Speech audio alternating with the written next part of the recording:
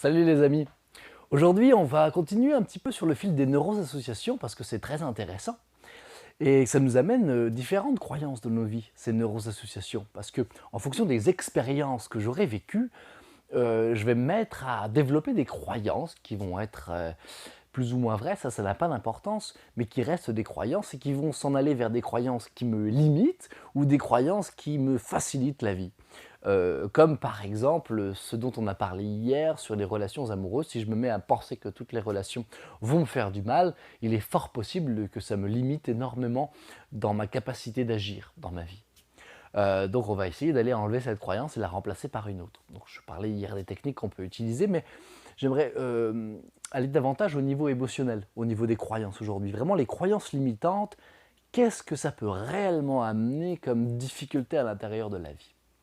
Par exemple, on a cette croyance que la vie est dure. Si on a cette croyance que la vie est dure, il est fort probable que notre cerveau nous montre, parce qu'il est là pour nous montrer nos croyances, pour nous les faire voir, c'est un simple miroir, que si je crois que la vie est dure, par conséquent, la vie va s'organiser pour être dure, ou du moins je vais la percevoir comme quelque chose de difficile à chaque instant. Par conséquent, si la même situation se vit par deux personnes différentes et qu'une personne croit que la vie est dure et que l'autre croit que la vie est simple, la personne qui croit que la vie est dure va y voir là comme une épreuve, quelque chose à surmonter, comme un obstacle, et elle va parler avec ces termes-là, avec ces expressions-là. Tandis que l'autre qui va penser que la vie est facile, va y voir là comme un signe, comme une façon de grandir, comme une expérience pour accumuler du savoir, de la connaissance.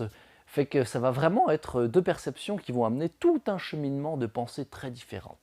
Je sais que par les vidéos passées, on a déjà parlé de ça, mais je remarque dans ma vie, dans mon environnement, les gens que je côtoie, que c'est quelque chose de très important et qu'il faut prendre au sérieux parce que nos croyances vont définir tout notre mode de pensée et par conséquent notre vie au complet. On en a déjà parlé. Les croyances amènent mes pensées amènent mes émotions amènent mes actions amènent mes comportements mes habitudes et mes habitudes, ma destinée, mon destin. Voilà.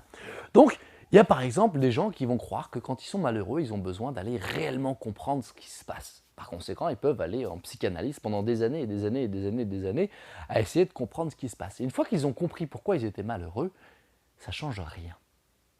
Ça ne change rien, ils sont toujours malheureux, mais ils savent pourquoi. Alors ça peut atténuer un petit peu la douleur de savoir pourquoi, parce qu'une fois qu'on sait, ok, alors il y a des gens, ça va les aider, ils vont se mettre à faire un cheminement personnel, maintenant qu'ils ont été aidés pendant des années, pour s'aider là-dedans. Mais le souci, et on a parlé des neuroassociations hier, c'est qu'on a porté attention sur une émotion pendant des années. À chaque fois qu'on allait rencontrer le psychothérapeute, à chaque fois qu'on allait rencontrer la personne qui nous aide et qu'on a parlé de nos émotions négatives et désagréables et qu'on l'associait à telle ou telle réalité ou à telle ou telle situation, ça s'est ancré à l'intérieur de notre cerveau et on s'est alors établi dans un stationnement émotionnel. Donc notre comportement est devenu, notre humeur est devenue ce à quoi on a porté attention. Par conséquent, cet état d'être est un état d'être qui prend de plus en plus de place et qui devient vous, qui devient ce que vous êtes. Ce n'est plus une situation un jour qui vous a amené à être malheureux à un moment donné. C'est une situation qui se répercute encore et encore et encore et encore, qui s'ancre à l'intérieur du cerveau et qui vient vous amener cette émotion qui définit votre destinée. Il s'agit là d'un réel problème. On sait aujourd'hui qu'il y a des interrupteurs très rapides, très pratiques pour aller chercher cette neuroassociation, ce traumatisme ou cette phobie ou cette peur ou cette émotion triste, ou etc. et d'aller l'enlever. Et très simplement en fait, très rapidement. Alors la question qu'on peut se poser, oui mais si ça s'enlève aussi rapidement, ça veut dire que j'aurais été malheureux toutes ces années pour rien, que ça n'a servi à rien, que ça ne m'a rien appris. Mais et si la croyance qu'il faut apprendre des choses dans la vie était fausse? Je ne sais pas, je ne connais pas la réponse. Et si la croyance qu'on a besoin de souffrir pour y arriver était fausse? Et si la croyance qu'on a besoin de souffrir dans la vie était fausse? Et si la croyance qu'on peut être tout le temps heureux? Quoi qu'il arrive, elle est vraie. À quel point ça change notre vie? À quel point ça peut changer toute notre histoire? Et je ne parle pas là de fuite, de fuir l'émotion désagréable qui arrive. Non, non, non, non. Je parle de la percevoir différemment, de la laisser passer. On dit qu'une émotion dure 90 secondes. On peut vivre une émotion 90 secondes, la laisser partir et ensuite passer à autre chose.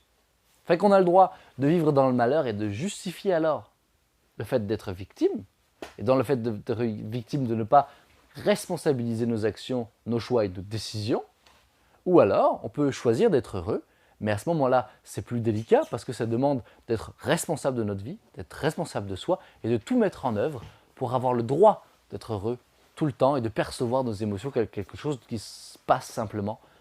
C'est aussi simple que ça. Alors tout ça sont des croyances qui s'entremêlent, qui se mélangent, créées par des neuroassociations et on a aujourd'hui les outils pour s'en débarrasser et pour passer à autre chose dans notre vie. Voilà. Je vous souhaite une magnifique journée et à très bientôt, lamécaniqueducoeur.com. Bye bye.